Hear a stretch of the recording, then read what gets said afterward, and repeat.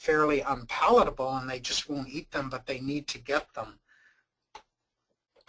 Another way of sort of putting these together as would be functional abnormalities such as reflux, dysmotility in the intestine or GI tract, traumatic injury to the esophagus. There's also developmental issues which we were just talking about that may result in failure to thrive. Chronic illnesses, and examples would be cystic fibrosis, infections, spinal muscle atrophy, and then there are congenital anomalies, again, of the mouth and oral area, esophagus, or intestine. Probably this represents the most common uses of tube feeding in children.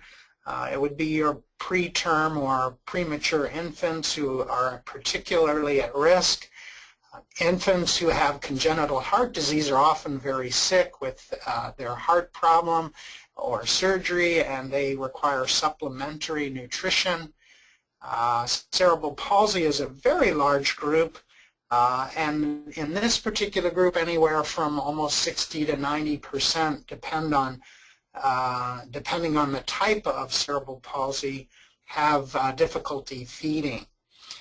Infants and children that require specialized diets, I've talked a little bit about that already. They may require a gastrostomy tube to get their formulas. And then there are those infants and children born with digestive disorders that require surgery or after trauma. Other considerations for tube feeding selection type would be on whether it's required for a temporary reason versus a more permanent or chronic need.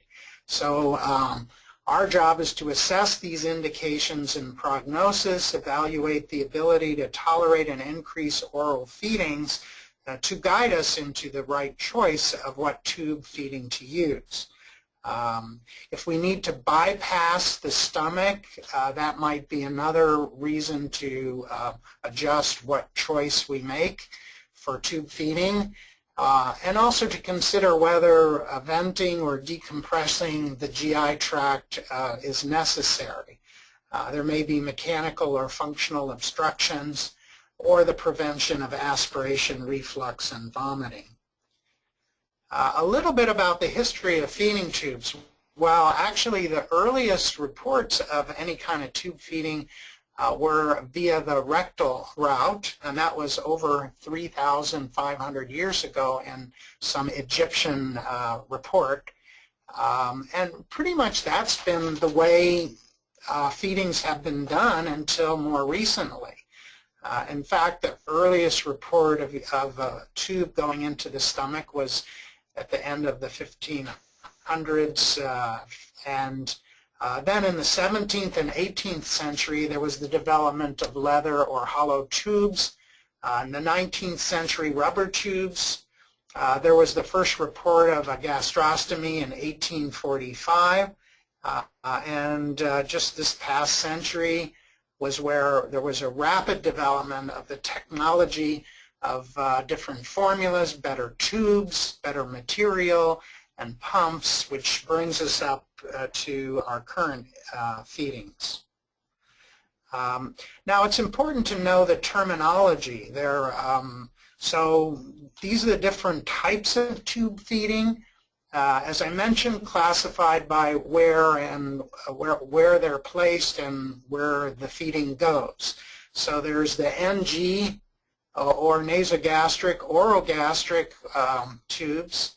There's the nasojejunal tube, NJ, a gastrostomy tube, GT or G-tube, percutaneous endoscopic G-tube or PEG, surgical gastrostomies with or without Nissen fundoplication, a gastrojejunal or GJ and jejunostomy, and I will, or J tube feedings. So I'll go into more detail about where these are.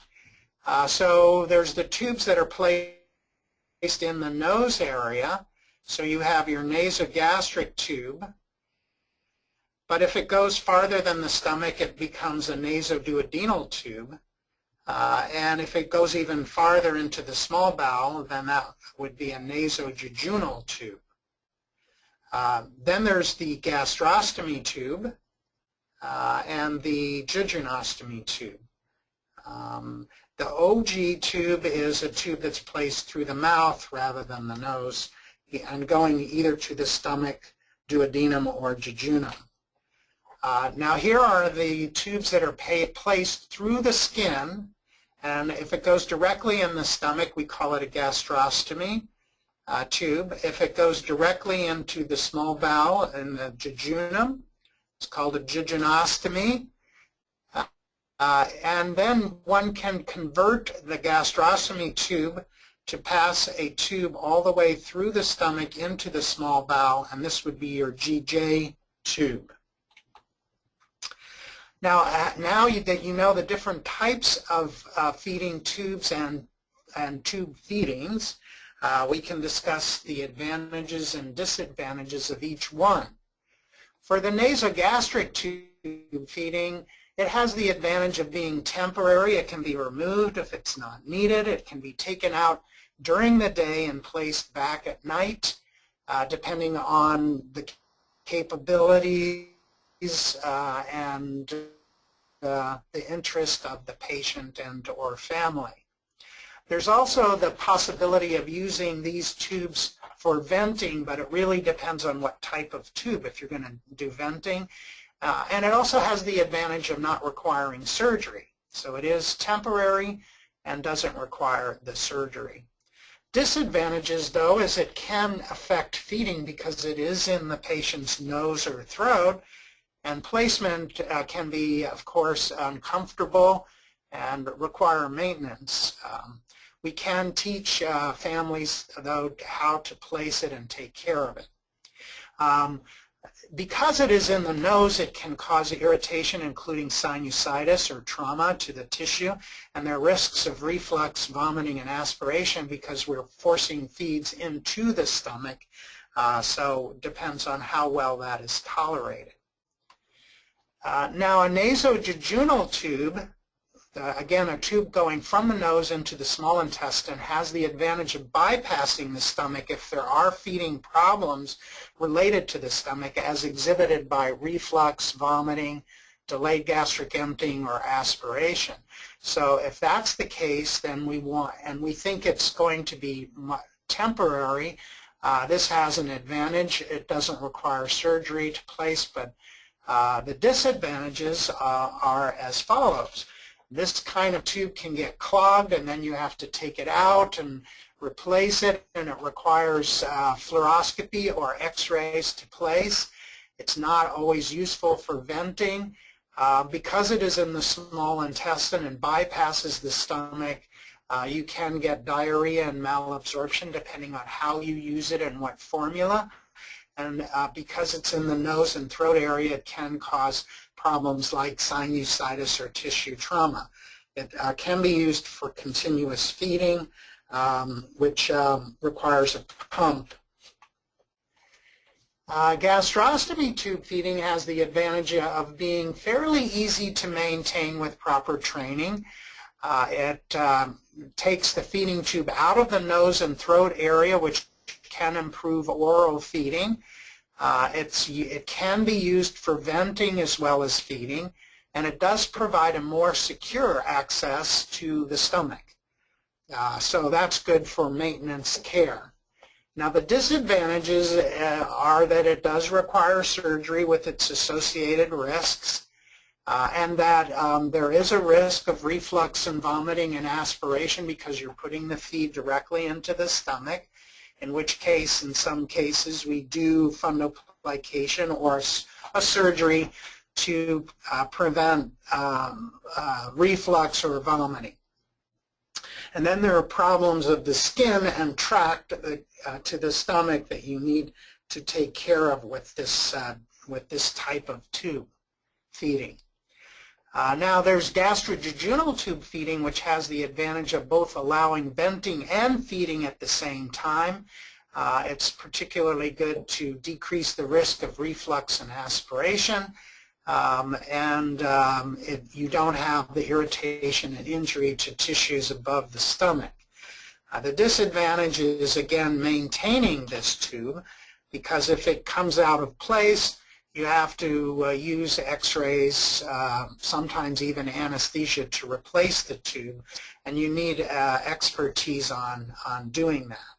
Also, there is the issue that the jejunal tube, because it's small or in the bowel, can get clogged, in which case, again, you may have to replace the tube, and then there's the risk of diarrhea and malabsorption because you're bypassing the stomach with the jejunal feeding.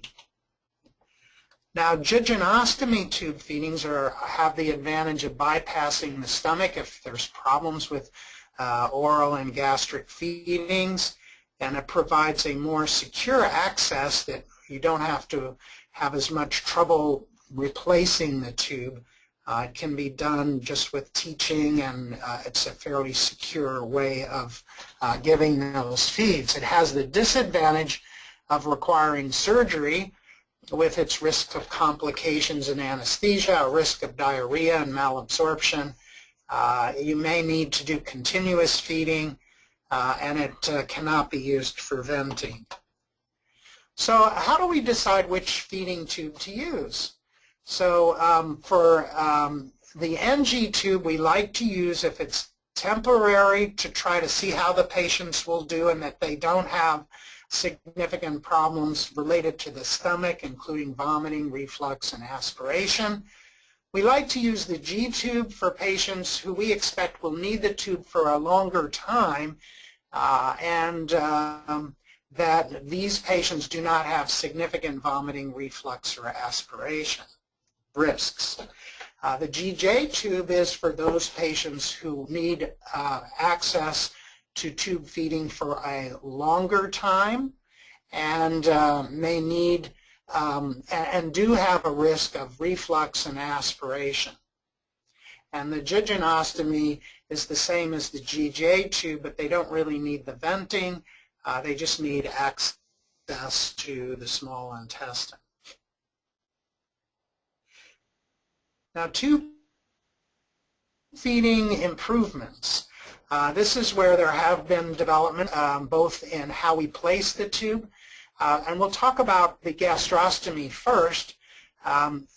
The first type is the open gastrostomy with or without fundoplication. Percutaneous gastrostomy, laparoscopic gastrostomy done by.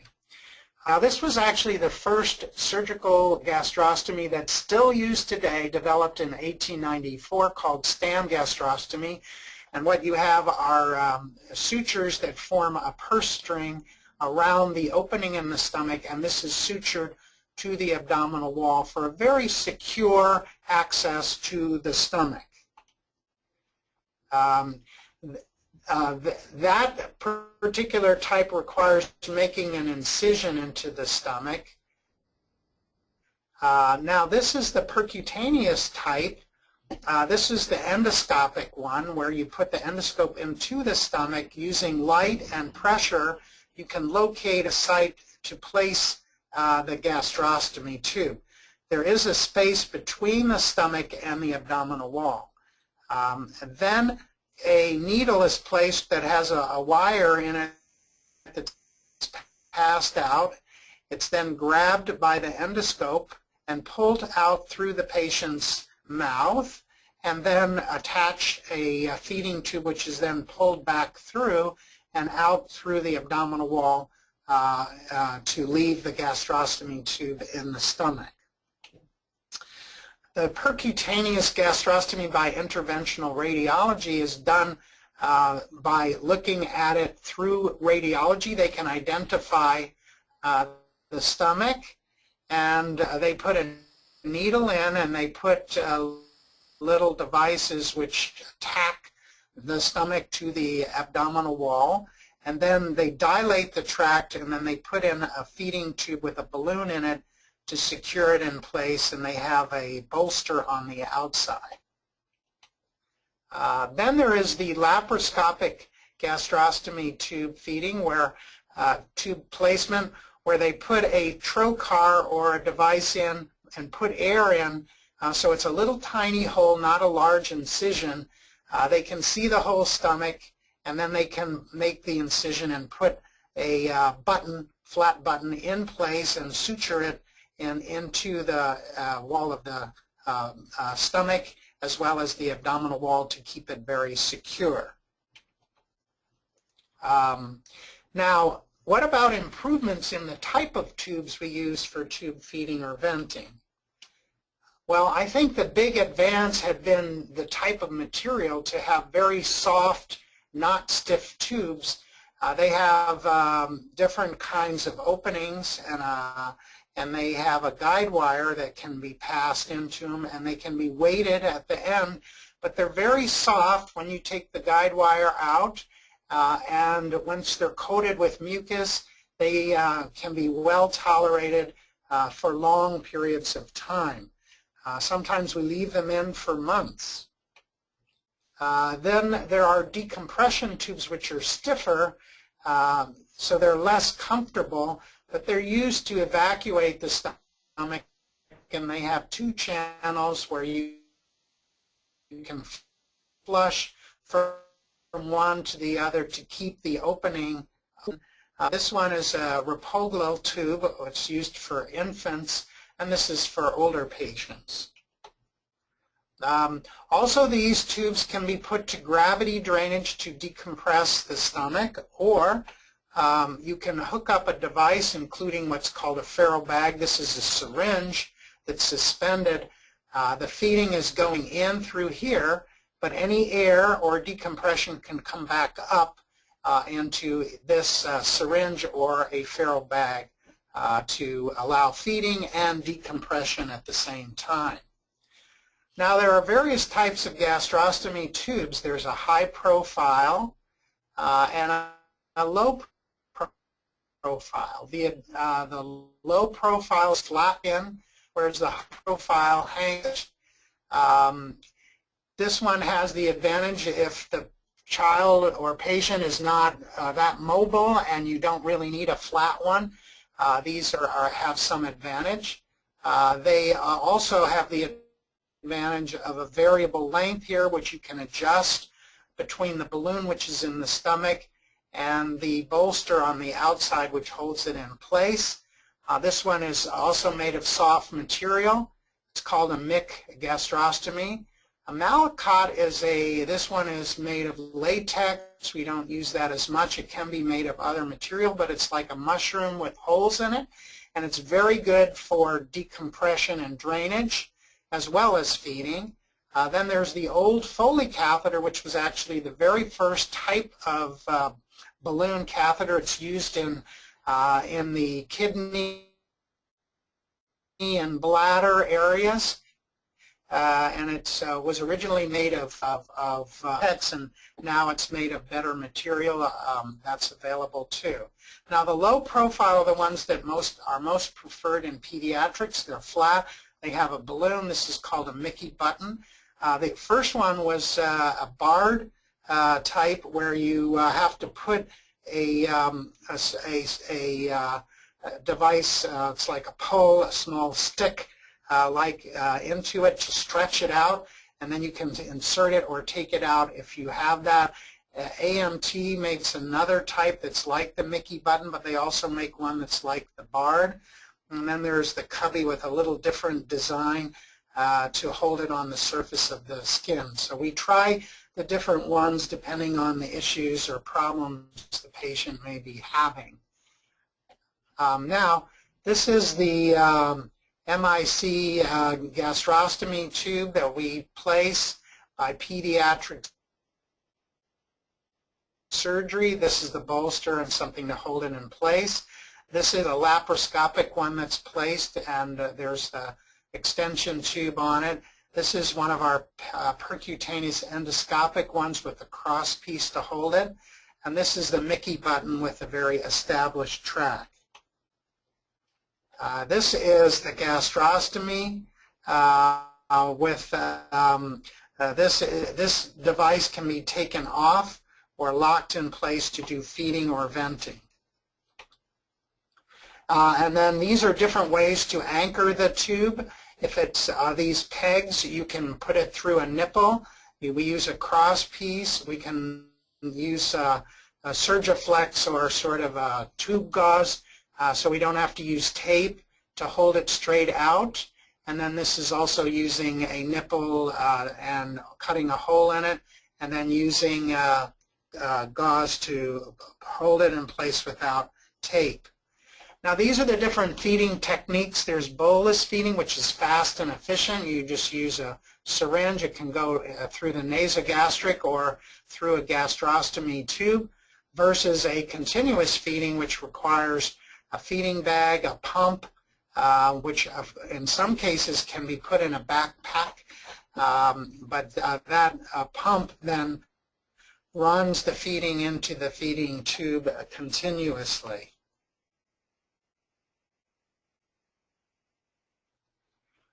Important on the gastrostomy is good skin care, so that should be checked every day for changes. The skin should be like the rest of the skin on the abdomen, and there should be good cleansing with soap and water, keeping it dry, and then making sure that it's not too loose or too tight. We don't like to use a lot of ointments or creams if we can avoid it. Try to keep it open and dry is what we like to try to do. A few words about oral feeding. In these children, oral feeding can be a problem. In particular, sensory-based oral aversion is very common. We like to evaluate this for causes including neurodevelopment issues. It's important to do a good physical exam. We use imaging to better evaluate, is there an organic or mechanical problem? And then we refer them for feeding therapy through occupational therapy, physical therapy, speech pathology, and include at times the developmental pediatrician to assess the problem. Options are oral stimulation to offer food so that we continue to encourage oral feeding. Partial oral feeding as tolerated, and in some children they can tolerate thick liquids but not thin, so we can add things to make it thicker. So there's a powder called Thicket, and this is usually done under the advice of the feeding therapist and on the basis of their evaluation with imaging.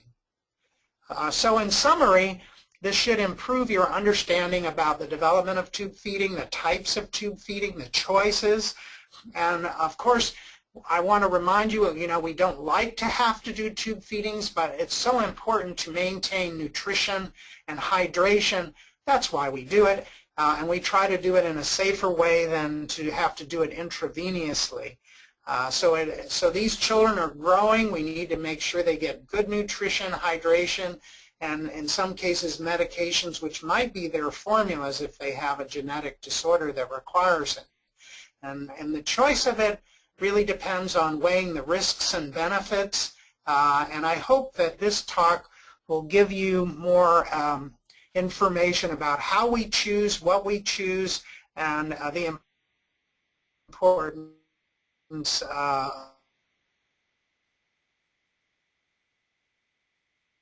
of maintaining nutrition if we have to. So thank you, and then turn this over to Michelle. What do I do?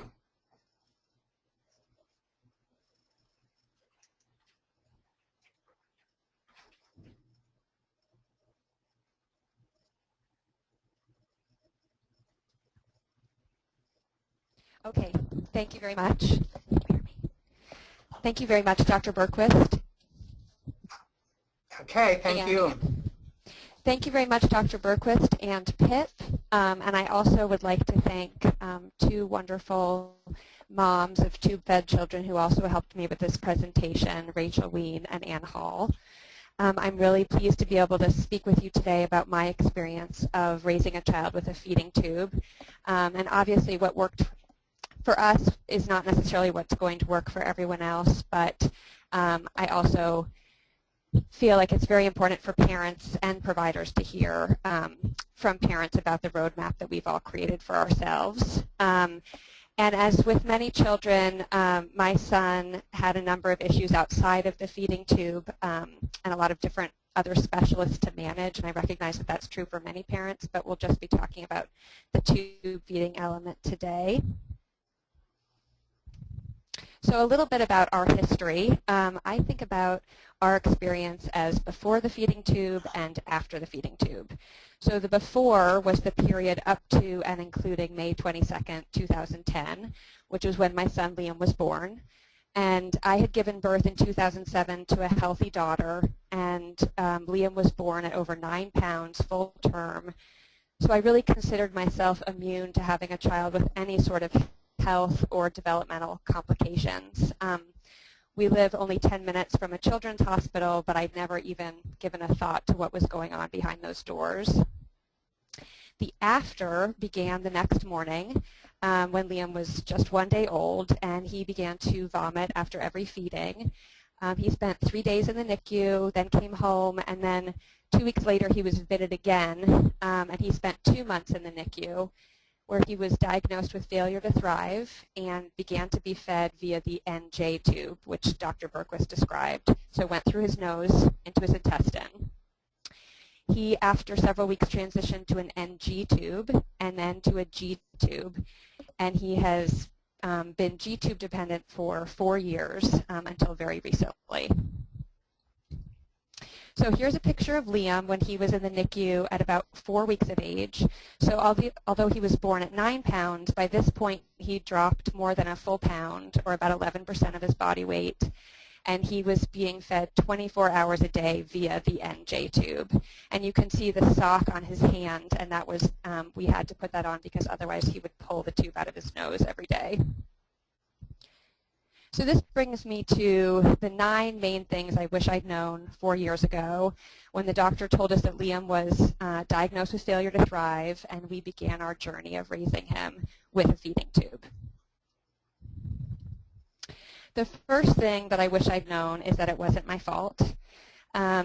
Being able to feed your child is the most primal and fundamental role of any parent. And when my son was diagnosed with failure to thrive and continued to lose weight, it was after 2 weeks of attempting to feed him 12 to 16 times a day around the clock. We tried every possible feeding method, including nursing, every type of bottle on the market, the supplemental nursing system, syringes, droppers, everything, and still his weight continued to fall. And there were medical reasons why Liam couldn't eat enough to grow, but we didn't fully understand the causes until he was nearly 3 years old. So at the time, when he was an infant, being unable to feed him in the typical ways felt like the ultimate failure.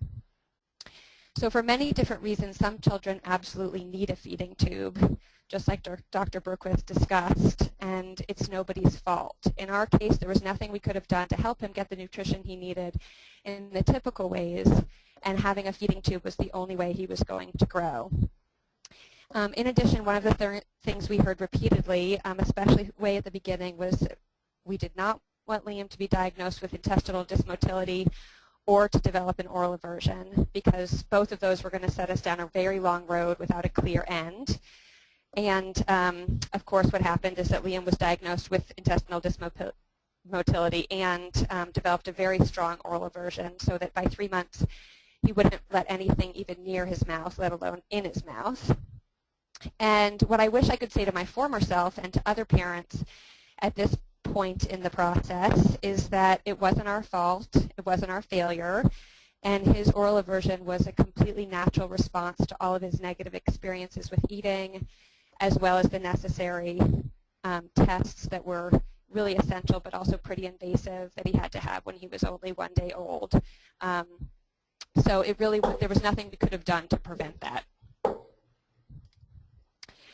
The second thing I wish I'd known is that a feeding tube can feel like both a burden and a relief to parents. I had some people at the beginning, well, really throughout the process, suggest to me that maybe a feeding tube is a little more convenient because you can just feed them whatever they need. You're not trying to deal with a picky toddler or a picky preschooler. And I just want to say that any parent with a feeding tube knows that there's no way that it is more convenient, and obviously no parent would ever choose that.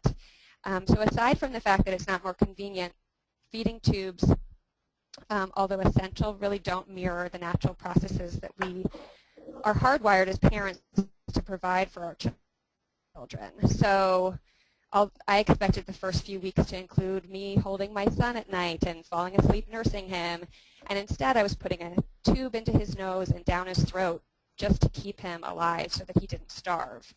So as a result, I really felt a full range of emotions, including, as I said before, a deep sense of failure. However, at the same time, I also experienced some relief once we did have the NG tube, because I knew he was getting some nutrition, and I was able to see him start to grow, even if it was very slow. So instead of seeing, 24-hour efforts rewarded with weight loss, we were actually seeing him start to gain back his weight until he ultimately got back up to his birth weight after several months. And that also allowed us a little bit of time to evaluate what was going on and to consult with the right specialist and figure out the next steps in my son's care. The next thing I want to talk about is how not all feeding tubes are the same. So before Liam was born, I'd never even heard of a feeding tube, let alone understand that there were differences between the different types of tubes. So Dr. Berquist discussed in very clear language all the different types of tubes and why you would use them. And some kids obviously need certain tubes for medical reasons, but for some families there is a choice about whether to use certain tubes, and in our case we had the choice between the NG and the G tube. So I wanted to share my perspective about some of the differences for us. In our case, because Liam was 100% tube fed and showing no signs of learning how to eat anytime soon when he was 7 months old, we decided to transition from an NG to a G tube. So this slide shows a picture of Liam with his big sister Sadie the night before his G tube surgery, and then in the hospital a few hours after the G tube was put in. So what you see there is Liam has a Mickey button, which was one of the items that Dr. Berquist suggested. And the G tube is obviously more invasive than the NG because it requires surgery and all the associated risks. But when people ask me if it's easier than the NG, I always say it's not necessarily easier because you're still using a tube to feed your child. But I do think it's better in so many ways. It does allow your child to have their nose and throat free, and a big difference for us was the venting aspect of it. And so we were able to release a lot of the air that was causing our son a lot of distress in his early weeks and months, and that was something that we were able to do much better with the G tube than with the NG. And then in our case, it also allowed for much more effective feeding therapy, and also allowed us to gauge if there were any sensory issues present, because with the NG always in, it was really hard to have a clear picture of what was going on. So as all parents and caregivers know, a huge part of our job is making mistakes, but when you're raising a child with a feeding tube, the stakes feel much higher, and any potential mistake could lead to a trip to the emergency room. So things can feel a lot scarier, and the mistakes feel like they have much greater downsides. So for us, one of the things that I learned was just that we were going to continue to make mistakes and that we were trying to learn from them. For us, as with many other parents of tube-fed children that I know, most of our issues and mistakes happened either in the middle of the night or on the weekends for whatever reason, and that felt very isolating and scary because we couldn't just bring him to our closest doctor's office. And a lot of the issues weren't necessarily things that required a visit to the emergency room, but things that we had to kind of just troubleshoot on our own. So I'm sharing here a list of some of our major issues and kind of the lessons learned as a result, because as careful as we are, it's impossible to manage all of this without making mistakes. So the first thing is that isn't actually a mistake, but a challenge that we faced very regularly. So when Liam had his NG in his nose, he would either vomit it out or pull it out at least once a day for 7 months. So as a result of that, we got very good at reinserting it into the right place, measuring it, putting it into his nose, and then all the way down his throat into his stomach, and taping it to his face. My husband became such an expert he could do it in probably 10 seconds with one hand, which is not something that any parent wants to be an expert at, but it was essential, and it was something that we learned how to do.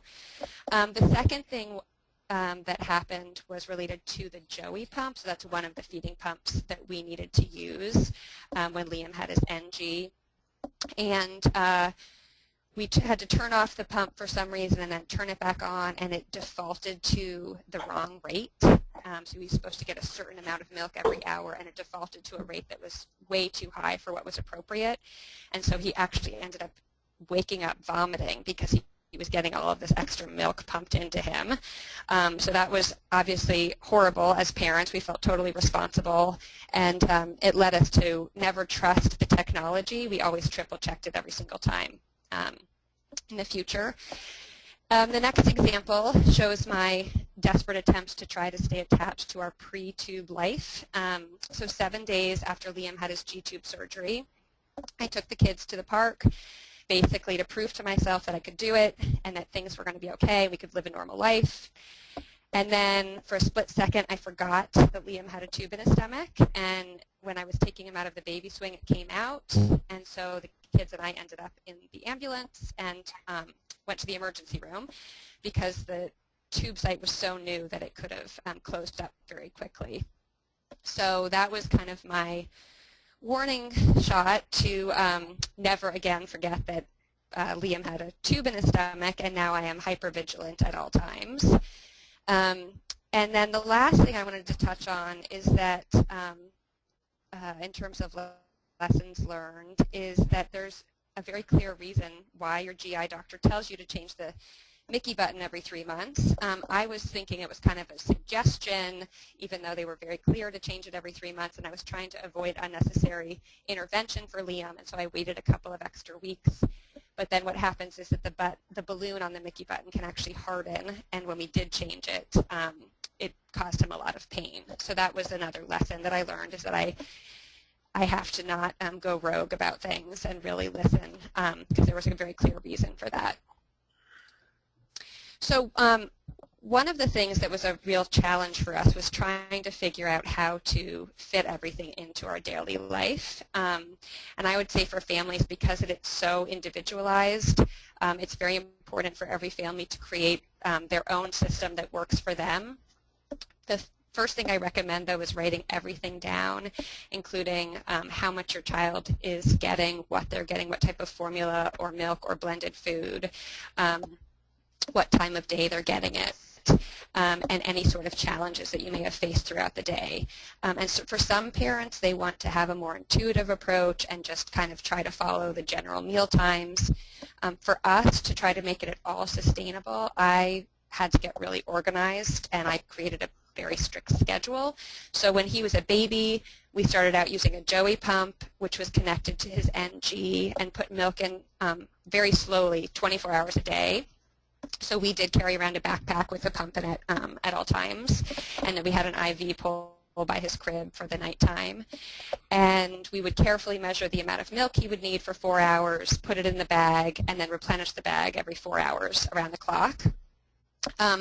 So this was another example of where I was reminded all day and all night about our situation, because it just never felt natural to me to be waking up, heating up milk, pouring it into a bag, and knowing that it was being pumped into my baby's stomach. When Liam was 15 months old, we gradually transitioned from around-the-clock feedings to bolus feedings. So we would give him set amounts of milk or blended food every few hours. And in our case, the only way I could manage to get in enough tube feedings in a 24-hour period and also sleep was to create a really detailed schedule. So I basically wrote it all out, revised it multiple times, and then I had my watch alarm set for the appropriate times for when we needed to start preparing the food. And the only way I could relax was knowing that I had an hour to an hour and a half between feedings to interact with my children and not have to interact with the tube. So So here is Liam's tube feeding schedule. This is when he was 2 years old, and he was 100% G-tube fed and getting about 1,500 calories a day. So he had both a very high calorie need and a very low volume tolerance. So we worked with a great nutritionist to create a blend that we made at home that was calorically dense enough that he could get the calories he needed in a 24-hour period. So I'm showing the schedule here as an example of the great effort that's required to ensure that a child with a feeding tube gets the nutrition that they need, especially if they're having issues with vomiting or with volume tolerance, low volume tolerance. So this also shows the water bolus that we gave 30 minutes before most feedings, which was a recommendation of a number of different people, including our nutritionist. And that really helped Liam's digestion and also increased his volume tolerance and also really helped with his vomiting. At one point he was vomiting up to 20 times in a single day. And both the combination of having a G-tube, age, and water kind of all combined to help him a lot. And again, this is also an example of how vigilant parents of kids with feeding tubes need to be. If we forget something at home, we can't stop at the corner store and get a granola bar for our kids. Everything is really dependent on our preparation. I also want to talk about the best way to assemble a really strong wellness team for your family. The reality is that the parent is really going to be serving as the primary case manager for organizing and coordinating the care for a child with a feeding tube. Here I've listed the primary specialists we've worked with only related to my son's feeding and GI issues. So many families will have a number of other specialists as well unrelated to the feeding tube or any GI issues. So obviously the GI team, the doctors and the nurses on the GI team are going to become the best friends of the parents in terms of assisting with anything related to the feeding tube. A pediatrician and or a developmental pediatrician for kind of some day-to-day care, a feeding therapist or occupational therapist to assist with any sort of feeding therapy and eating orally, a nutritionist who can help you determine the best source of nutrition for your child. So that's usually either a formula or a blended diet. Parents do have nutrition choices though, so it could be the kind of formula you use or that you want to make your child's blend at home. And I'm aware that certainly the hospitals we've interacted with have been very supportive of creating our own food at home, which has been really helpful in terms of being able to add or subtract specific ingredients that have been helpful or detrimental to Liam's general well-being at home. Obviously, there's the necessary interaction with either public or private health insurance companies, which can frequently feel like a full-time job for a parent. A medical supply company, we've used Apria Healthcare before, which provided our feeding pump, our extra G-tubes, syringes, anything else that's related to tube feeding our child. And a hospital social worker that has proven to be a great support to many families as well as their children in terms of getting connected to resources and having the right level of support. And then the thing that I hadn't anticipated was also just the amount of special attention needed to acquire the correct child care for your child with a feeding tube. So there are special daycare centers, and there are also, in our case, we basically found an amazing person who was willing to learn all about feeding tubes right along with us so that we could go to work and leave our child with her and know that he was getting the care that he needed. An important question to ask is who is going to be the medical home for your child? So the kind of first medical point of contact when you need to troubleshoot or you need a referral. In our case, we've tried to figure out who had the best after-hour support, who was responsive when we needed a call back.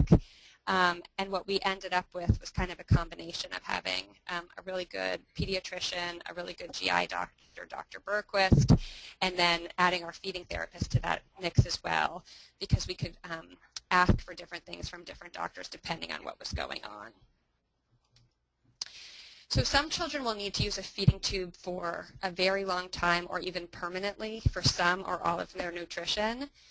And other children will be able to partially or fully wean from the tube with the supported feeding therapy.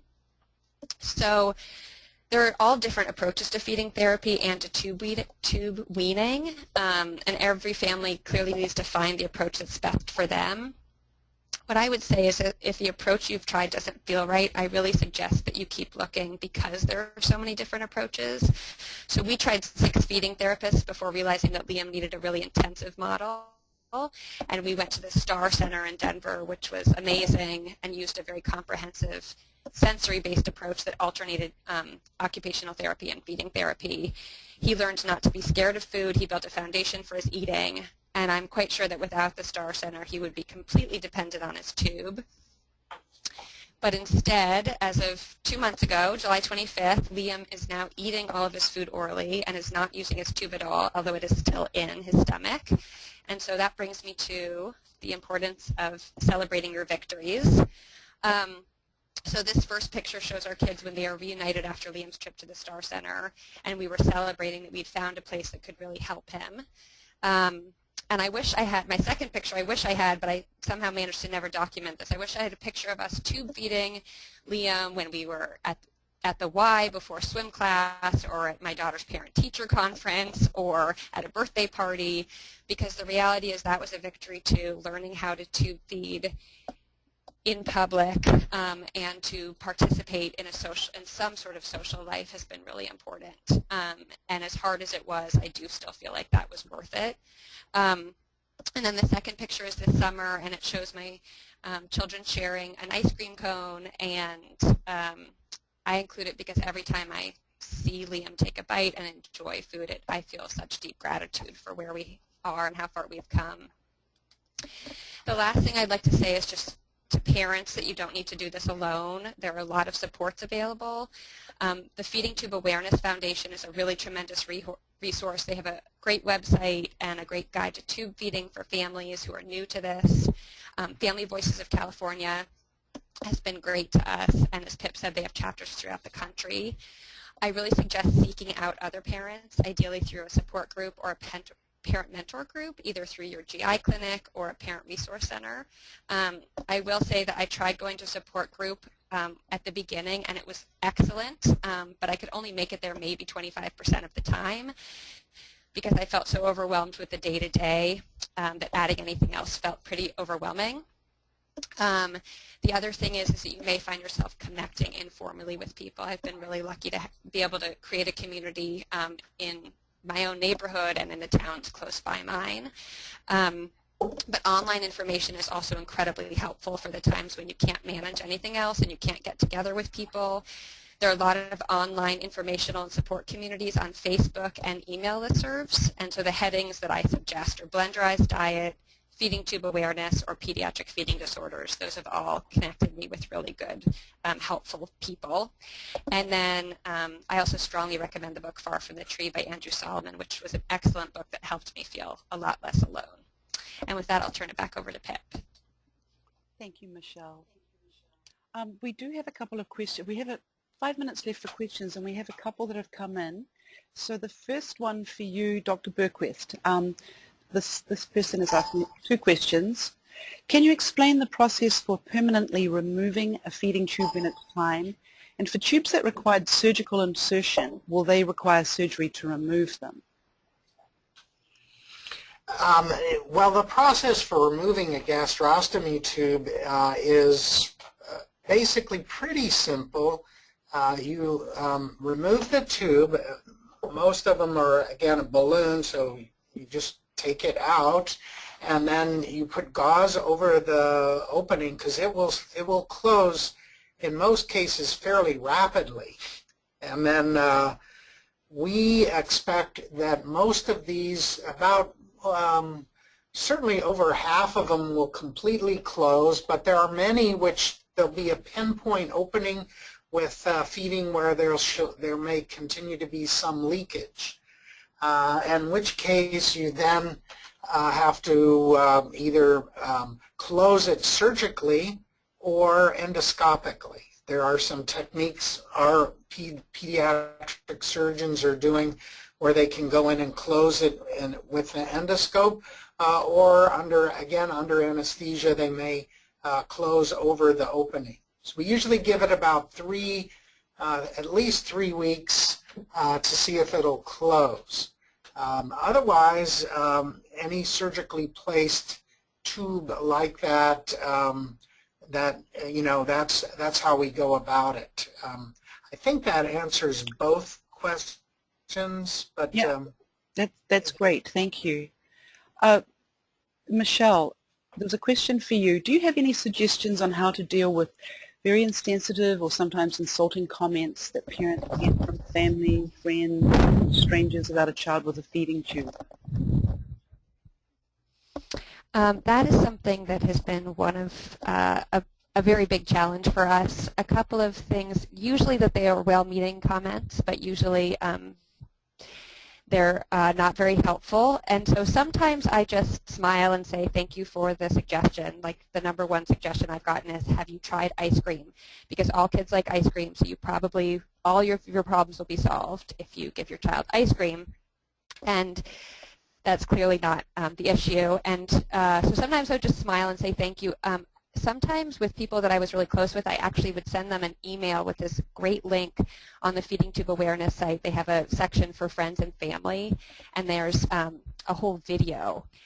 Specifically, it's like maybe 5 minutes long, talking about the challenges of being a parent to a child with a feeding tube and the fact that we've tried everything and it's actually what we'd like is just your unconditional support and not your suggestions.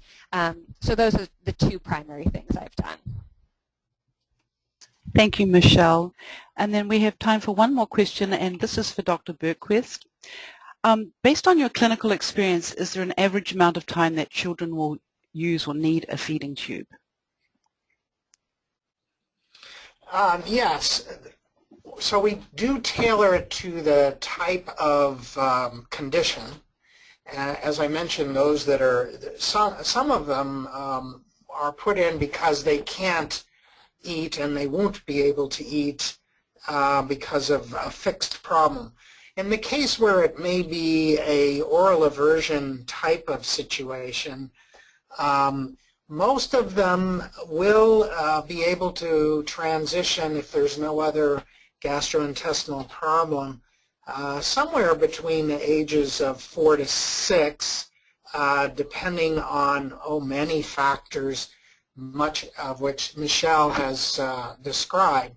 But once they get to where there's more peer pressure and developmentally that they're socially more aware and they want to try it and that they've tolerated, then we're able to sort of switch them over. So I think that's generally the answer to your question. Okay, thank you. Well, I think this brings our webinar to a close today. I wanted my sincere thanks to both Michelle and Dr. Bergquist for sharing your really valuable time and expertise with us. We have a webinar next week, next Wednesday at the same time, 12 o'clock. It's on Tools and Resources from Family Voices National that will help you and your work with families with children with special healthcare needs. I hope that you can attend. And thank you to the attendees for joining us today. I wish everybody a wonderful day. Bye.